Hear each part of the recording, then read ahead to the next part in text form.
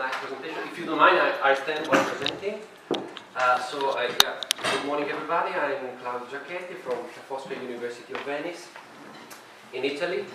It's a great pleasure to be here at ACEDE conference in this beautiful location of La Coruña. So I thank this year conference organizer very much for inviting me. It's really a great pleasure to be here. Yeah, so I'm indeed quite fascinated by the central theme of this year conference, globalization under complexity and uncertainty environments. In fact, most of my research is focused on how firms navigate rapidly changing technological and institutional environments. Environments that by definition are characterized by uncertainty, right? Because in this rapidly changing context, firms cannot easily predict the likely outcome of their strategic actions, right? And so they have to cope with uncertainty. The research I'm presenting today is about the uncertainty that market leaders and challengers have to cope with when pronounced changes in the technological, demand, and institutional environments occur over the industry evolution. More specifically, I'm interested in understanding whether these marked changes in a firm external environment are important determinants of changes in market leadership, a phenomenon that is known also as catching up, namely the process through which a challenger within an industry progressively reduces its market share gap with respect to the market leader and eventually dethrone it from its #1 position. So the empirical setting here is the mobile phone industry, that is the industry I'm using for more than 50% of my research. And what I'm presenting today is not related to a specific academic paper. I decided to put together various findings that I published over the last years about competitive dynamics in various journals and books, right? So I brought together various of my main findings related to this industry. So let me spend really 5 minutes to set the theory background. A central issue in strategic management and industry evolution studies is to understand how firms are able to sustain their performance over time, how firms are able to reduce the performance gap with respect to market leaders, best performing firms within the industry, and how firms can eventually overtake market leaders from their #1 position, right? So there's a bunch of seminal studies published since the beginning of the 80s that suggest that when the environment in which firms compete is shocked by a number of pronounced changes, market leaders tend to behave inertially, incapable to reconfigure their resources and capabilities, incapable to change their course of actions to adapt to the change, right? While challengers, latecomers, smaller firms are more willing to bet on the change and to understand that within the change there are actually opportunities, right? So I have in my studies of Christensen, Tushman and Anderson, Suarez and colleagues. So by building on this literature and bringing into also studies from the industry like cycle literature, Lee and Malerba have recently proposed a theory of catch-up cycle that has been recently published in a special issue in Research Policy, for which I've also contributed with a paper that is aimed at expanding this theory and test this theory in the specific context of the global mobile phone industry. So the central line of logic of this framework is that the likelihood for a catching up episode to occur, where a catching up episode is the moment in which a challenger is able to progressively reduce its market share gap with respect to the market leader, is determined by the number and the magnitude of windows of opportunity. Windows of opportunity are pronounced changes in a firm external environment, right? That could be technologies, demand condition, or public policy interventions. So why windows of opportunity? Changes that force firms to reconfigure their resources and capabilities in order to exploit the opportunities offered by these changes. the basic model is the one presented here in this video. So we have a leader that could be the first mover, so the pioneer, the firm that gave birth to the industry, firm A in the graph, that benefit from a first mover advantage, so and then a market share leadership. But then when something happens in the external environments, when the environment is shocked by pronounced changes in technologies, demand and public policy interventions, a challenger's, smaller firms, B, is expected to exploit these changes in a better and a timely manner so that it is able to reduce the market share gap with respect to the leader and eventually dethrone it from its #1 position. But also the leadership of this firm B will not last forever, because when another bunch of windows of opportunity will emerge, again, pronounced changes in technology, demand and public policy intervention, another challenger, seeing the graph, is expected to exploit these changes better and in a timely manner with respect to the leaders B, and then catch up with it. And then the cycle is expected to repeat again and again. So, I mean, the concept of windows of opportunity is not new. So, for example, the technological change literature, beginning of the 80s, but also throughout the 90s, Christensen, Tushman, and Anderson, talked about incumbent trap or competency trap.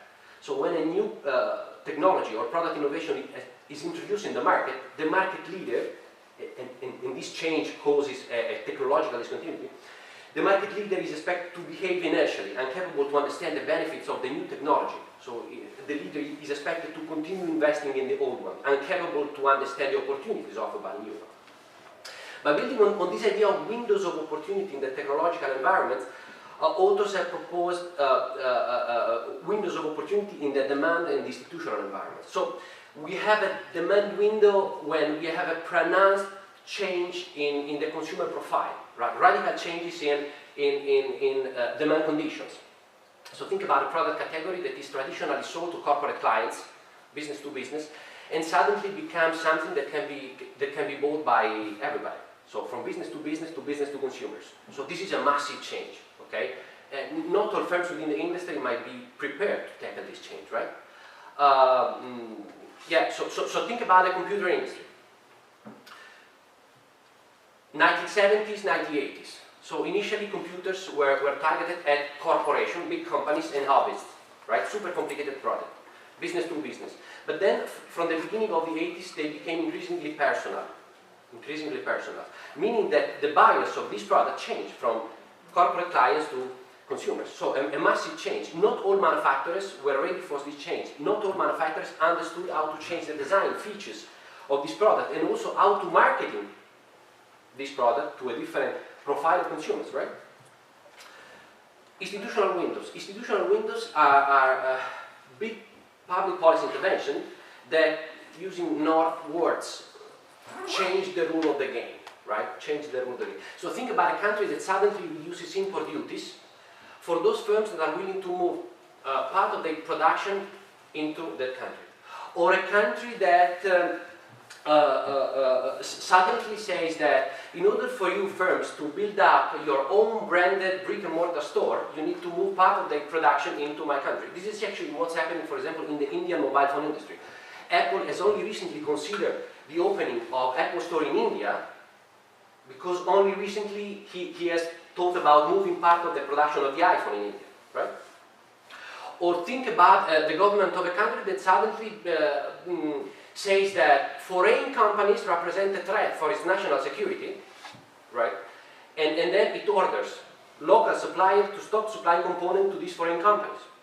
President Trump's decision to order Google to stop supplying Android to Huawei phones, or President Trump's decision to order Google to stop, Microsoft to stop supplying Windows to Huawei laptops. These are case in point, right? So, well, basically the idea of Lee and Malerba is that in order for us to understand catching up episodes, we don't have to look at windows of opportunity in an isolated fashion, okay? They should not be looked in isolation.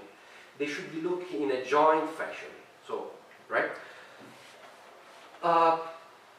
The mobile phone industry.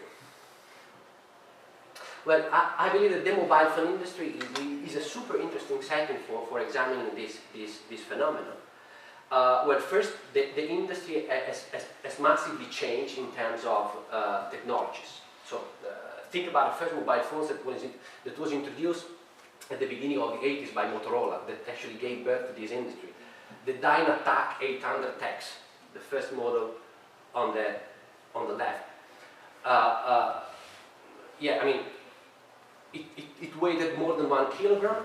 It had a battery life that in total time lasted no more than 30 minutes, and it was super expensive. I mean, obviously it was targeted at super wealthy people, right? Mobile phones were used for military services, civil emergency services.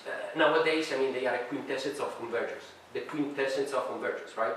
So they are multitasking devices that are actually a commodity. So you see, the mobile phone has changed not only in terms of technological architecture, but also the profile of consumers have changed massively, right? So we have observed changes in technologies, demand, because the profile of mobile phone users has changed a lot. But we have also seen in many countries public intervention really change the rule of the game, right? And we have also observed changes in market leadership. So the picture here is about the evolution of market shares in the mobile phone industry from the beginning of the 90s till nowadays, okay? These are market share based on units sold at the global level. And my presentation for time constraints will focus obviously on only a couple of these changes. That is, when Nokia dethroned Motorola in 1988 and when Samsung dethroned Nokia in 2012, right? So obviously what we have observed, because we have data also about country level, is it might be different, okay? So each country has its own story, but I can tell you that what we can observe at the worldwide level is more or less what we have observed in many country markets, right? So the question here is, can we explain changes in market leadership in the mobile phone industry with the lens of the catch-up cycle theory, so windows of opportunity? Per each catching up episodes, I will tell you which I believe were the main windows of opportunity that shocked the market, while I believe the market leader was not able to understand the opportunities offered by these changes, and why the successful challengers was able to exploit the opportunities offered by these changes better than the leader. Nokia catches up with Motorola. So, the first mobile phone, again, was introduced in 1983 by Motorola. That was actually the first that gave birth to the industry. And it benefited from a number of course, first mover advantages, technological leadership, buyer choice under uncertainty. So he had a strong reputation about being the first, having introduced mobile phone first in the market. But mobile phones were a niche, right? So they were targeted at corporations, very, very wealthy people. They were used for military services, civil emergency services. The first mobile phones were analog, meaning that the signals sent by a phone to radio towers were analog and not digital. Analog phones had lots of problems. First, they were affected by interference, so the quality sound of phone call was not good. Second, and more important from a strategic point of view, each country has its own analog standard, meaning that there was incompatibility. This means that the mobile phones that could be used in Spain could not be used in Italy and vice versa. And since set vendors had not enough resources to produce models adapted per each analog standards, this easily reduced the size of the target market, meaning that they could not rely on economies of scale. This raised very much production cost, high price to consumers, and this actually easily reduced the target market for these kind of products to a bunch of very wealthy people. I'm sure that many of you will remember Michael Douglas interpreting the billionaire Gordon Gekko in the movie Wall Street. While walking along the beach, he was making a phone call with his Dynatac 800X. So just to give you a flavor of people that could afford this kind of devices. Motorola market leader. Then there were a couple of challengers in Europe. There were the Swedish Ericsson and the Finnish Nokia, and then a bunch of Japanese players that were competing mainly in their home country. So far, so good. But then what happened?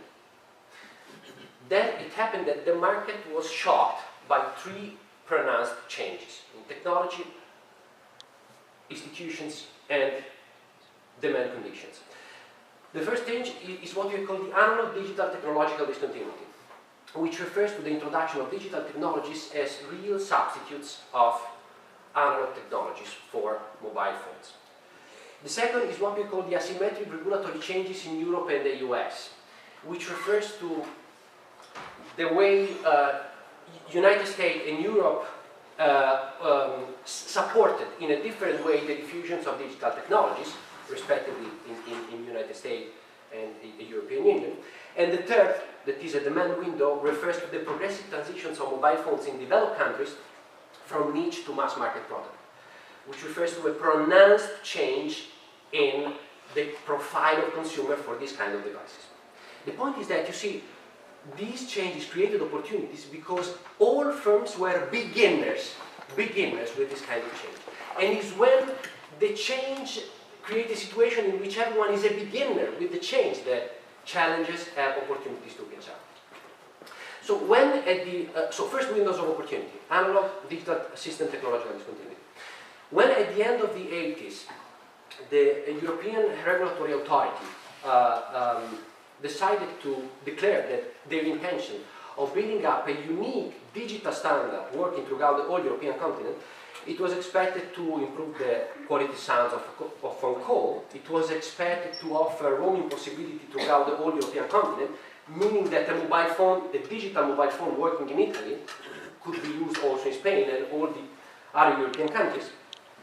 Digital technology would have allowed the set manufacturer to expand the functions of mobile phone beyond the mere phone call capabilities. Digital technologies would have allowed the set manufacturers to benefit from highly integrated circuit in manufacturing. So allowing the production of lighter and smaller in set, but is actually what consumers wanted, right? Unique digital standard throughout the whole European continent would have expanded the target market for this phone, allowing this vendor to benefit from economies of scale, lower production cost, lower price to consumers, quicker diffusions of the product. But digital technologies require brand new resources and capabilities, okay? And these pronounced change trigger uncertainty. In fact, producing a digital phone with respect to analog phones require completely different competencies in hardware manufacturing, completely different competencies in software design, and completely different competencies in managing supply chain relationships. So in the analog era, most of vendors were vertically integrated companies, meaning controlling most of the activities throughout the value chain.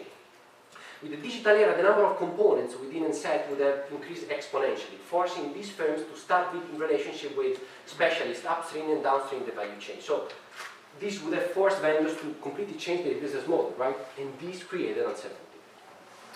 Ex post, I mean, we have seen that the technical performance of digital technologies have been better, much better than analog technology, ex post. But when digital was introduced, it triggered lots of uncertainty. So the GSM, Global System for Mobile Telecommunication, the digital standard, the first digital standard was introduced in Europe in 1981 and in the United States in 1985. So here you have the substitution effect. TL 1990, 100% of phones were analog. From 1981, we had the first digital mobile phones. And look, in 1988, we had already more digital phones than analog, right? So it was a big technological discontinuity. Asymmetric regulatory changes in Europe and the US. Also, this point is super important. Analog era versus digital era. In the analog era, United States and Europe behaved very differently. In the United States, we had just one digital standard working throughout the whole continent, and these actually trigger network externalities. So for Motorola was very good. For the US-based Motorola was very good, having just one digital standard working throughout the whole continent, right? While in Europe, the situation was different. A digital standard per each country. Incompatibility, lower market for set vendors in this country, and these lower the diffusions of mobile phone in Europe. So we can say that during the analog era, the mobile phones diffusions was much faster in the United States than in Europe. But then what happened in the digital era? In the digital era, so 1990s, In the United States, the government decided to let the market decide which standard was better, which digital standard was better. So they allowed actually two competing digital standards, the GSM and the CDMA, working together in the United States, often incompatible among each other because telecom carriers in certain geographic area, refuse to work with both standards, right? And actually in the United States, together with the two digital standards, the analog standard continued working. So kind of mess, right? In Europe, instead, it was quite different. Just one digital standard working throughout the whole continent, right? And the analog standard was quickly withdrawn from the market. And this was very good for companies in Europe. A larger market, everyone working with the same digital, possibility of benefit from a larger target market meant economies of scale, lower production costs, lower price to consumers, quicker diffusion. Digital phones diffuse much rapidly in Europe than in the United States. Third, windows of opportunity. The profile of consumer changed massively in the first half of the 90s. In this graph, you have the mobile phone diffusion rate in a selected number of developed countries. I'm talking about developed countries because the market for mobile phones in emerging economies till the end of the 90s was essentially non-existing, right? But the rule of emerging markets will become very important later on. So I will talk about emerging market later on. But let us focus on developed economies. Look at the penetration rate. This is the number of NSET per 100 inhabitants, the number of subscriptions per 100 inhabitants in the first half of the 90s. You see the speed of diffusions of mobile phones was massive, meaning that mobile phones were becoming something that could be bought by everybody. The future was as mobile phones for the mass market, no more for a niche of very wealthy people. When the buyer of a product changed from business to consumer, or from a niche to the mass market, it's very hard to serve the whole market with just one model. Okay?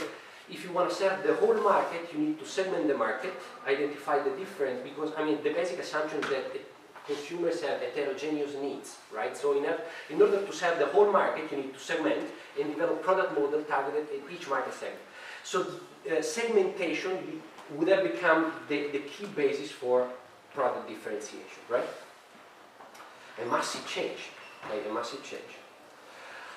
How Motorola responded to these changes, the market leader. Motorola fell in the so-called competency trap. So the firm's inability to change its organizational routine, to reconfigure its resources and capabilities, to adapt to this change, okay? To transform the change into an opportunity. Motorola, in fact, continued, despite the remarkable performance of digital technologies, Motorola continued to invest inertially in the production of digital phones. Think that in mid-90s, it launched a program called Signature for supporting the introduction of its new, apparently revolutionary phone, the StarTAC, that was actually an analog phone. And this program said that was a program for telecom carriers, so telecommunication companies, not only the companies offering services, but are also the companies that have their own independent outlets through which they sell mobile phones to final consumers, right? So Motorola said to telecom carriers, look, if you want to have my revolutionary startup on your shelves, you need to have at least 3/4 of your assortments made by Motorola phones. Telecom carriers have understood, looking at what was happening in Europe, that the future was for the digital and not for the analog. So most of them refused to adhere to Motorola program, and they start talking instead with the challengers like Nokia, Ericsson, and other firms that were betting on the digital technology. And this inertia of the leader continued throughout the 90s. Think at the end of the 90s, Motorola invested $5 billion for the development of a network of satellite phone, the so-called Iridium project, a phone that could be bought for thousands of dollars. For making a phone call, you had to spend $100, and this network supported a maximum capacity of 1,000 phone calls at the same time, so a disaster, okay? It could not compete with digital that were becoming actually a commodity. How Nokia instead responded to these changes?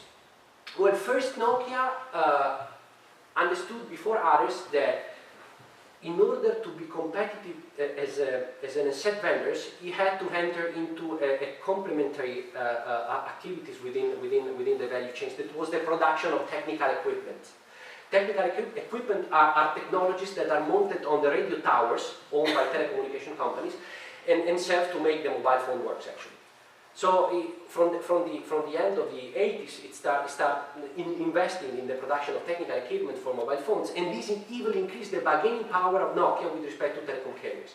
Because Nokia could sell, look, telecom carriers, if you will keep in your shelves, on your shelves, Nokia phones, I will sell you technical equipment at lower prices, right? More importantly, Nokia was the first mover in the introduction of most of revolutionary features based on technical technologies throughout the 90s. So the first mobile phone capable of sending SMS was introduced by Nokia in 1992. The first phone with gaming capability, I'm sure that most of you remember Snake, was introduced by Nokia in 1987. The first mobile phone capable of surfing the web, HTML pages, was introduced by Nokia in the second half of the 90s. So first mover advantage, super technological leadership with respect to the others. Second, Nokia did not underestimate the regulatory, the decision of the European regulatory authority to bet on a unique digital standard in Europe, the GSM, with the intent of expanding these standards also beyond the boundaries of the European Union, right? And then from the very beginning, Nokia began doing joint ventures and acquisitions of firms that were experimenting with digital switching platforms. While Motorola, that was based in the United States, and in the United States, actually, throughout the 80s, we had the bulk of revenues and profits, underestimated the decision of the regulatory authority in Europe to bet on the digital technologies, right? So it didn't believe that what the regulatory authority in Europe had in mind would have worked, right? So it continued focusing on analog, and it continued focusing on the US market. Third, Nokia understood before others how the profile of consumer was changing. So Nokia understood that it was not just a matter of switching from a technology to another. What was changing was also consumers, buyers, that were no more corporations and super rich people, but was literally everybody, right? So it understood that in order for a company, a technology company, to sell a product to households, right, this product need to be beautiful in terms of design and easy to use, okay? So usability and design. And in fact, the company began establishing a number of partnerships with famous designers in order to improve the design of the product, both in terms of hardware and software. Second, Nokia massively increased the length of its product line with respect to competitors. In this graph, we have the number of new products introduced by Nokia throughout the first half of the 90s compared to a sample of key competitors.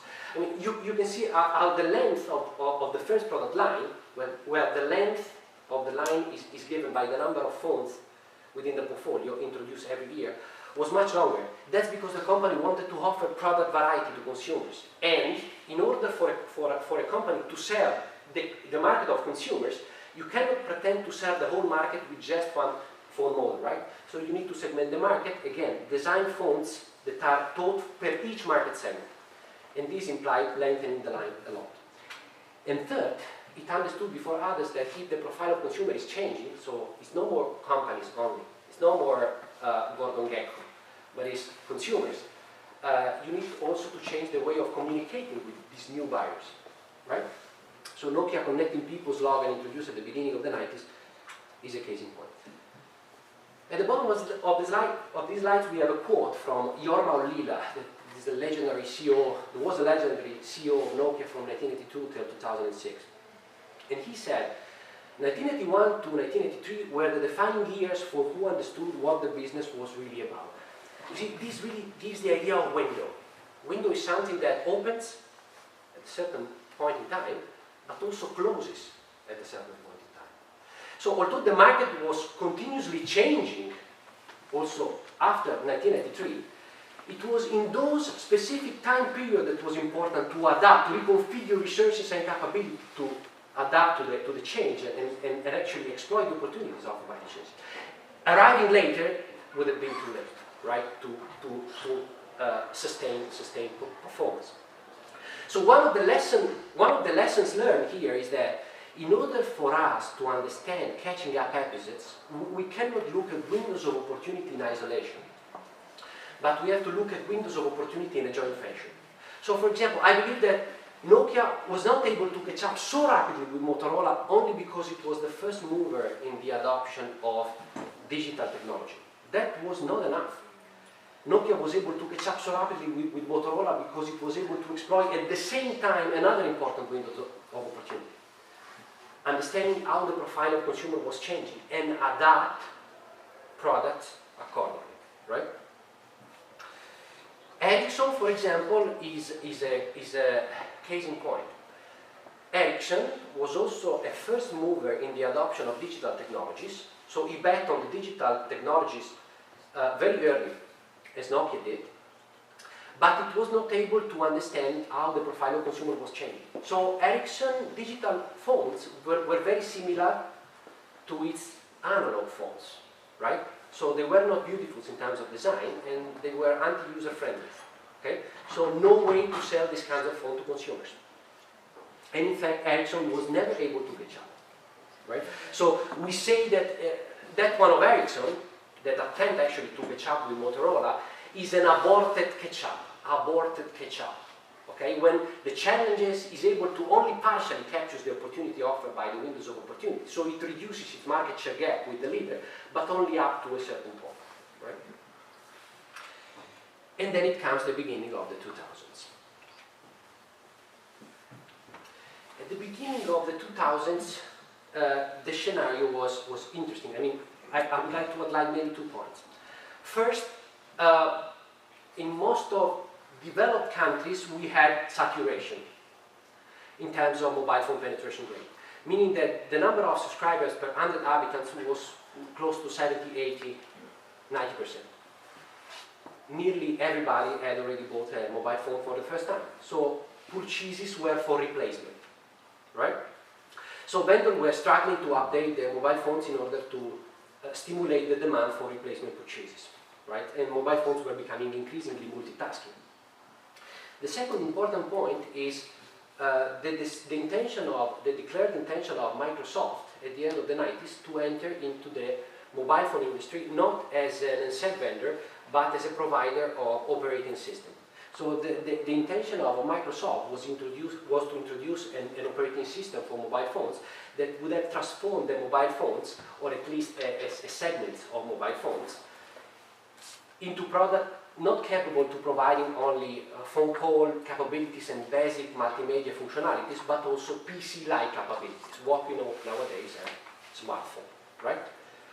This is very important because it triggered the reactions of Nokia that was scared about these Microsoft decisions. Nokia was scared that Microsoft would have absorbed most of the value of the mobile phone ecosystem, as Microsoft was able to do 10 years later in the personal computer industry, right?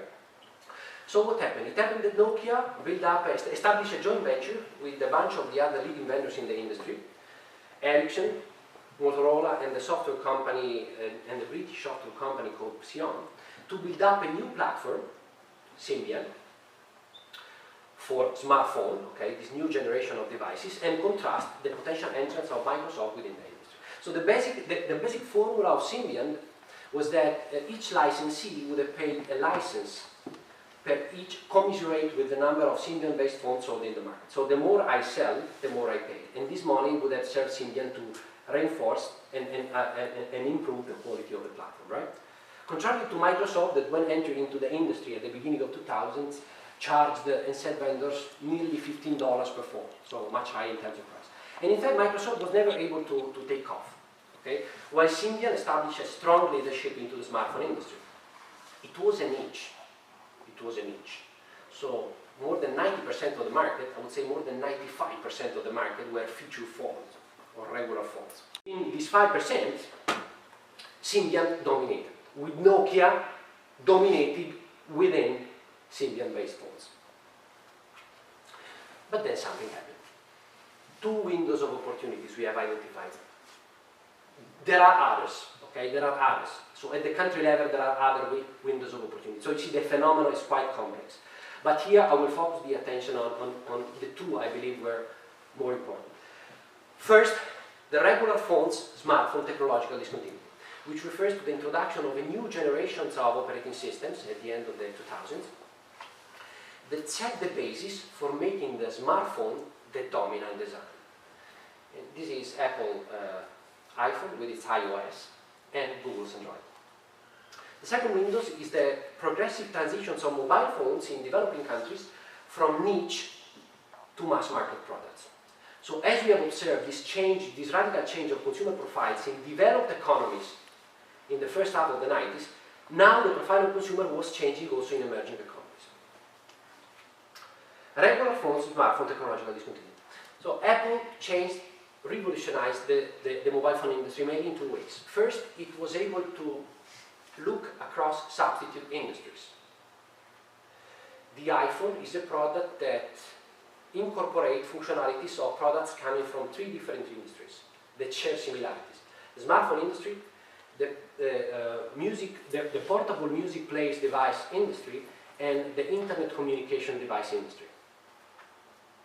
Okay? So there were mobile phones, there were smartphones capable of providing this functionality before the iPhone was introduced, but none of them was able to perform this function at a decent level. The iPhone was a smartphone with an iPod inside, that was a super successful product, and thanks to its revolutionary design, okay, a rectangle with a full touch, with multi-touch technologies, allowed the users to serve the internet very easily. Second, Apple was able to look across complementary products. By leveraging its install base of iTunes, that was the largest e-commerce of applications that Apple users used to download applications for their Mac and for the iPod, from 2007, iPhone users could use iTunes for downloads thousands of applications on their phone. So application became the key elements of differentiation. But Apple did not license iOS to anybody. Okay? And so the year after, Google introduced Android. It's an operating system very similar in terms of designs and applications to iOS, but Android was offered by Google for free to all vendors that wanted to install it on their phone. Google is not an ACEDE vendor. Google is a seller of advertising. So why giving to all vendors an operating system for free? Well, actually, if you wanted to install as an ACEDE vendor Android on your phone would have come with Google search by default on the desktop. And if you have Google search by default on the desktop, this increases the probability that you will use Google search to search content online. And you will search for content online by means of Google search. This increases the probability that you will click on paid ads, from which Google is able to make more than 90% of its revenue.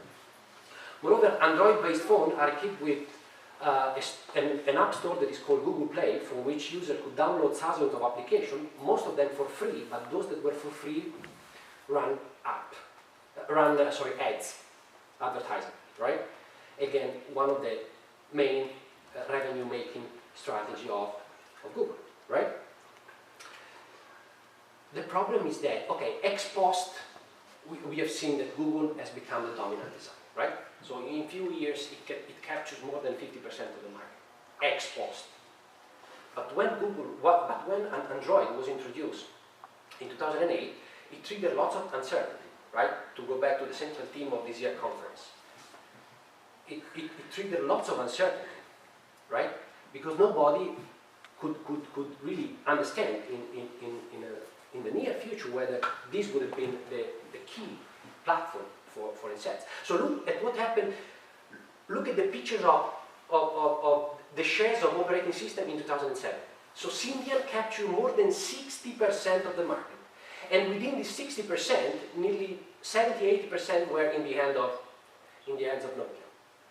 Right? So in 3–4 years, Symbian was in free fall, and Google were capturing essentially the whole market. But again, everyone was a beginner with these new types of revolutionary operating system. So firms had to answer maybe one question: which kind of new operating system should I use for my smartphone? Should I go for an iOS business model, I mean develop by myself my own operating system and not license it to anybody? Should I pay license to Symbian and Windows Mobile that are already established in the market, or should I go for Android? That is a brand new operating system offered for free by Google, and apparently with similar features than iOS. So first windows of opportunity. Second windows of opportunity. The profile of consumer was massively changing in emerging economies. So while in developed countries we had saturation, so in order to expand market share in developed countries, the only way was to steal in share to competitors. So the market was saturated, purchases were only for replacement. In emerging markets, instead, the growth rate of the product diffusion was massive. So being there was super important for increasing market share, right? So there was an increasing appetite for mobile phone in emerging markets. But in order to understand how the market was changing, it was not enough to observe mobile phone penetration rate. And set vendors had also to look at the penetrations of the internet. In these slides, you have the internet penetration rate in high-income countries that are developed economies and middle-income countries that are, the red line, that are emerging markets. From 2007, and I picked up the 5 years after the introduction of the iPhone, so 5 years after the introduction of the iPhones, the growth rate, the 5-year growth rate of the internet penetration rate, while the growth rate of the internet penetration rate in developed countries was only 15%, in emerging economy was more than 200%. This means that what was increasing in emerging markets was not only the appetite for mobile phones, it was also the appetite for internet-centric devices. So how to tackle these windows? Let's see what happened to Nokia. So as Motorola fell in the competency trap at the beginning of the 90s, incapable to understand the benefit of the digital as a real substitute of analog that would have made mobile phones something for the mass market, Nokia fell in the competency trap at the end of the 2000s, because incapable to understand the potential of these new generations of operating systems. In these slides, we have the percentage of smartphone per operating system in the portfolio of Motorola, Nokia, and Samsung. This is based on a database we have built with essentially the entire population of NSET, introduced from the beginning of the 90s till nowadays. And per each mobile phones, we have kept track of the features of all these phones, mobile phone operating system included. So we say that a smartphone is a phone with an advanced operating system, right? So advanced operating system are Symbian, Windows, Android, iOS. So look at Nokia. Nokia portfolio of smartphone was entirely focused on Symbian devices. 100% of phones were Symbian till 2010, when Symbian was actually in free fall. Also in 2011, when the company began building relationship with Microsoft, the dominant operating system was still Symbian. So it continued to invest inertially in a platform that was collapsing. Motorola and Samsung in particular instead bet on Android from the very beginning. So they moved from Symbian, actually Samsung as well had joined Symbian in the previous year, but they moved to other operating system much earlier than Nokia. And you see, actually Nokia lost its leadership not because it was not investing in product innovation. It was actually investing in product innovation much more than all the other vendors. Here we have, this is taken from the European Union Industrial R&D Investment Scoreboard, the ranked R&D spender, the largest R&D spender at the worldwide level. And look at what happened at Nokia. In 2008, actually it was the 5th largest R&D spender at the worldwide level. The largest R&D spender in Europe and the 5th at the worldwide level. In 2010, it was the 7th R&D spender, and in 2011, it was the 11th R&D spender. So even when Symbian was in free fall, Nokia was investing massively in R&D, meaning that Nokia lost its leadership not because it was not investing in product innovation, simply it was investing in the wrong direction, okay? Competency track.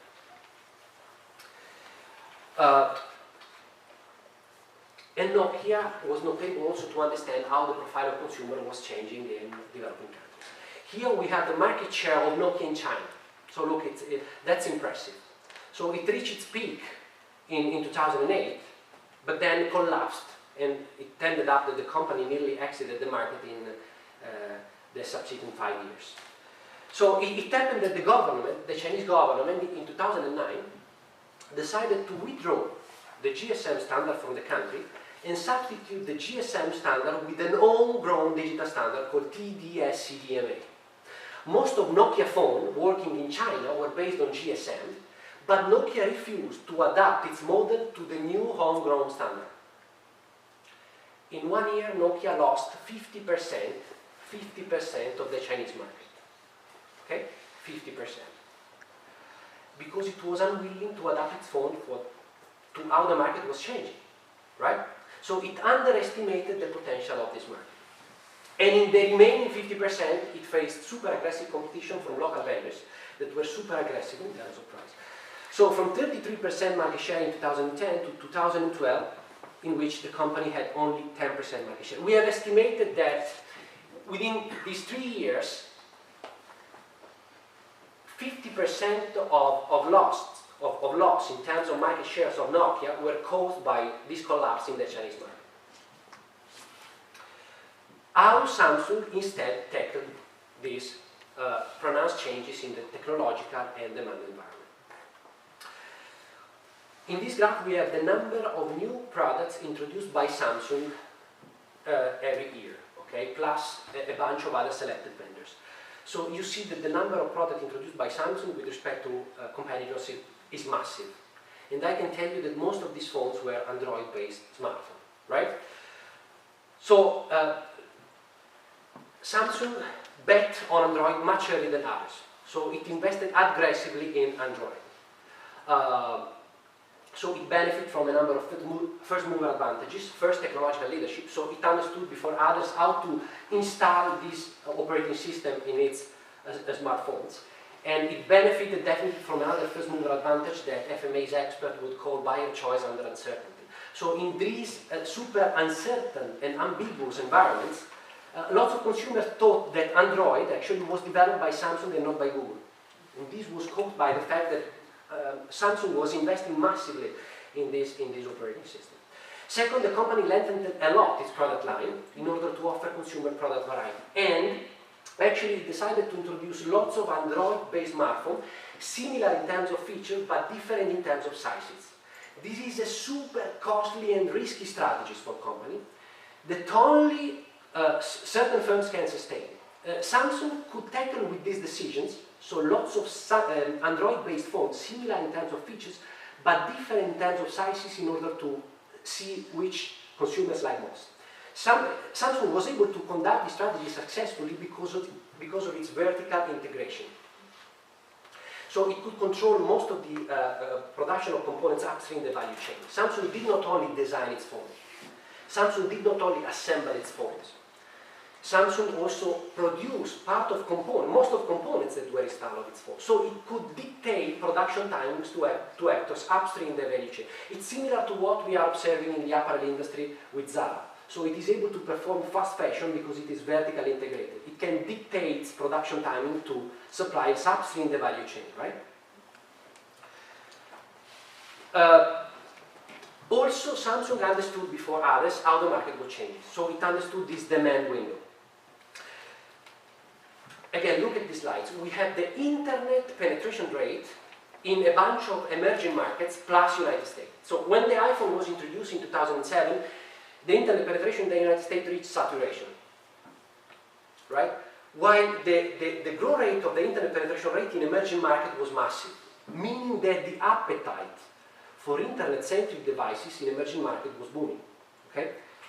And now look at market shares of Samsung in the mobile phone industry in 2012. I picked up again 2012 is 5 years after the introduction of the iPhone.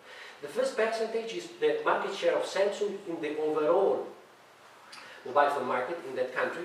In parentheses, we have the market share of Samsung in the smartphone industry, in the smartphone segment. So you see, in the Indian market, it controlled nearly 50% of the market. In China, 1/5 of the market.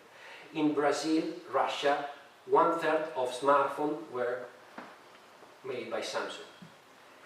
So it was super important to bet on the smartphone market because the feature phone market was becoming totally unprofitable. Okay? Because firms were competing in the feature phone segment in terms of price, so they were eroding the profitability of these segments. So while Nokia were continued investing in the feature phone business, in which it was the market leader, Samsung decided to bet on the smartphone market in emerging markets. So it developed a line of Android-based devices, mid-range phones, taught for this emerging market. The smartphone market in 2012 was the only profitable segment. So competing in the feature phone segments could allow the firms to do volumes, sell lots of phones, but no significant increase in revenues because feature phones were sold at a very low price, no increase in profits because they were sold at cost of production. And look at what happened in China. So while Nokia was unwilling to actually underestimate the potential of this market, it decided not to convert, not to adapt its GSM phone to the homegrown digital standard. Samsung, in a timely manner, adapted its GSM phone to the homegrown new standard developed by the Chinese market. And in fact, you see that, and betting also, of course, on the smartphone segment, it was able to sustain its performance and overtake Nokia in its new operating system. One of the lessons learned here, again, is that in order for us to understand catching up episodes, we cannot look at windows of opportunity in an isolated fashion. The likelihood for catching up episodes to occur depends on the number and on the magnitude of windows of opportunity. So, for example, I believe that Samsung was able to dethrone Nokia in 2012 not only because it was a first mover in the adoption of Android. That was important, but was not enough. It was also important the fact that Samsung understood before others how the profile of consumers in emerging economy was changing, where it was increasing massively not only the appetite for mobile phones, but also the appetite for internet-centric devices, right? So, I mean, what happened later, so there's a progressive catch-up of Chinese vendors that you see Samsung reached its peak in terms of market share in 2015. Now the market share of Samsung is slowly decreasing. We have firms that are progressively catching up. Apple is one of these, but more importantly, there are Chinese vendors. So there are other super interesting windows of opportunity that are occurring in emerging markets. I studied the Chinese market, now I'm studying the Indian market. So, but of course, for time reason, I guess that there will be no chance to discuss in detail what happened later on. So, unless there will be questions on this. So, I would like to move to the conclusions and maybe some suggestions for future research. So, how to expand these streams of studies, right? So, catching up, cycle theory, and then windows of opportunity. Well, first, I believe that it would be very interesting to understand the types of resources that firms need to tackle this kind of window. So, for example, do we need different resources and capability to exploit the opportunities offered by public policy window with respect to the resources and capability that we need to exploit technological or demand windows? So I believe that this would be a very nice starting point for bridging catch-up cycle theory with resource-based view, for example, right? Second, I believe that we need more empirical studies to measure the magnitude of windows of opportunity. By measuring the magnitude, so the effect size, actually, we can understand which windows of opportunity are more likely to lead to catching up episodes, right? Third, I believe that it would be very interesting to distinguish endogenous and exogenous windows of opportunity. Some windows of opportunity, most of the time, are endogenous, like public policy windows. These are decisions taken by the government, by the regulatory authority of the country, so they are endogenous for all and set vendors. But think about the smartphone revolution. This was triggered by Apple and by Google with Android. So this discontinuity was endogenous for these two firms. This is important, I think, to control this is an element that empirical studies should take into account, especially not to fall in the so-called endogeneity trap, right? And finally, I think that the predictive power of the catch-up cycle theory would be enhanced if we are able to understand what happened when windows of opportunity appear in sequence, one after the other, or when they appear nearly simultaneously. For example, it might happen that when windows of opportunity appear simultaneously, firms have not enough resources to tackle the opportunities offered by these changes. Only certain firms can really tackle these changes, right? While when windows of opportunity appear in sequence, maybe firms have more time to accumulate the necessary resources to exploit the opportunities offered by these changes, right? So that's it. I mean, I hope to have stimulated your curiosity around these streams of literature. Thank you very much for your attention.